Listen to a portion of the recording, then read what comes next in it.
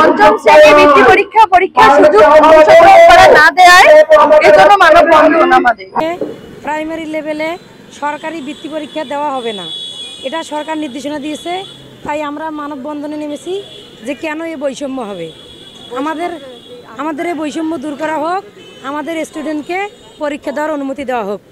আসলে তো আজকে আমরা রাস্তায় নামার কথা ছিল না, আমরা ক্লাসরুমে থাকার কথা, ছাত্রদেরকে নিয়ে লেখাপড়া করানোর কথা, কিন্তু আমরা যে কারণে দাঁড়িয়েছি তা হচ্ছে আপনারা জানেন যে পঞ্চম শ্রেণীর একটি বৃত্তি পরীক্ষা অনুষ্ঠিত হতে যাচ্ছে।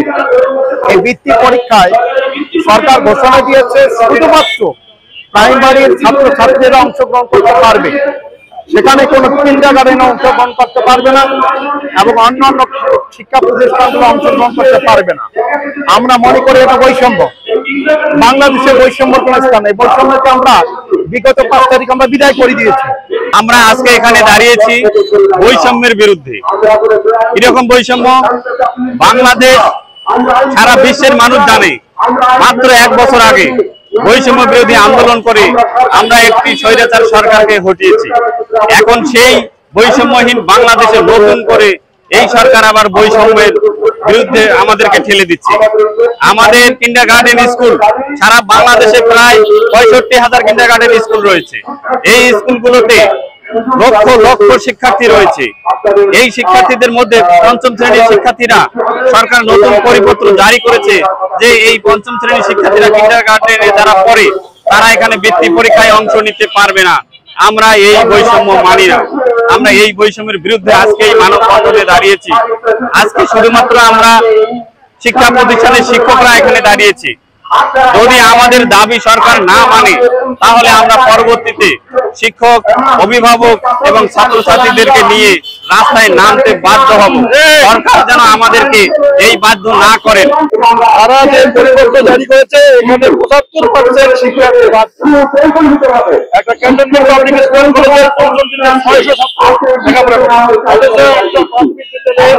এখন আমরা দেখেন অনেক প্রাথমিক বিদ্যালয়ের ছাত্রের অভাবে বন্ধ হয়ে যাচ্ছে।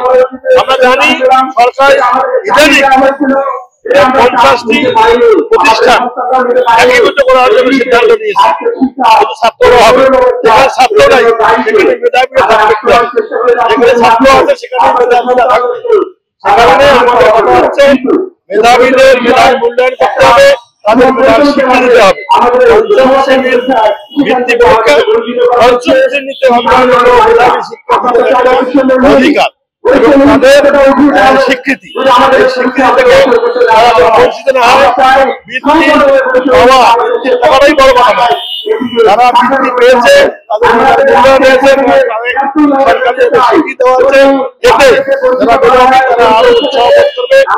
আপনি দেখেন, আপনি যদি জানেন যে মেডিকেলের সমস্ত বাচ্চা ভর্তি হয় তারা পঞ্চম শ্রেণীর প্রাথমিক বৃত্তি পরীক্ষা 2025-এ কিন্ডারগার্টেন সহ বেসরকারি শিক্ষা প্রতিষ্ঠানকে বঞ্চিত করার প্রতিবাদে আজকে এই মানববন্ধন। এই মানববন্ধনের মাধ্যমে আমরা প্রধান উপদেষ্টার দৃষ্টি আকর্ষণ করতে চাই, শিক্ষা মৌলিক অধিকার, এই মৌলিক অধিকার থেকে কিন্ডারগার্টেন বেসরকারি শিক্ষা প্রতিষ্ঠানের শিক্ষার্থীদের বঞ্চিত করা যাবে না। আমরা চাই তারা এই বৃত্তিতে অংশগ্রহণ করুক। এই অংশগ্রহণ করতে দেওয়া না হলে আমরা মানববন্ধন সহ সাংবাদিক সম্মেলন, জাতীয় প্রেস ক্লাবে সাংবাদিক সম্মেলন এবং শিক্ষার্থীদের সহ আগামীতে কঠিন থেকে কঠিনতর আন্দোলন করব। আমরা চাচ্ছি যে পঞ্চম শ্রেণীর শিক্ষার্থীরা কিন্ডারগার্টেনে যারা আছে তারা সরকারি প্রাথমিক বিদ্যালয়ে সরকারিভাবে যে বৃত্তি পরীক্ষা দিবে সেটা থেকে যেন বঞ্চিত না। আমাদের কিন্ডারগার্টেনের স্টুডেন্টরাও পড়াশোনা করে, তারাও সে পড়াশোনা করে, তাহলে আমাদের কিন্ডারগার্টেনের ছাত্রছাত্রীরা কেন বঞ্চিত হবে? আমরা চাচ্ছি না যে আমাদের শিক্ষার্থীরা এই বৃত্তি পরীক্ষা থেকে বঞ্চিত হবে। আমরা চাই যে কিন্ডারগার্টেনের ছাত্রছাত্রীরা সমানভাবে অংশগ্রহণ করুক এবং তারা সেই অধিকারটা পাক। আমরা এই জন্য এখানে মানববন্ধন করতেছি। পঞ্চম শ্রেণী বৃত্তি পরীক্ষার সুযোগ অংশগ্রহণ করা না দেওয়ায় এজন্য মানববন্ধন আমাদের দাবি আমরা হচ্ছে কিন্ডারগার্টেন বৃত্তি পরীক্ষা দিতে পারে এটা সুযোগ দেওয়ার জন্য। অবশ্যই এটা আমাদের সুযোগ দেওয়া উচিত, এটা আবার আমাদের হচ্ছে চালু হওয়া দরকার। পাশাপাশি দোয়া অনুষ্ঠিত হচ্ছে। আন্দোলন করেছে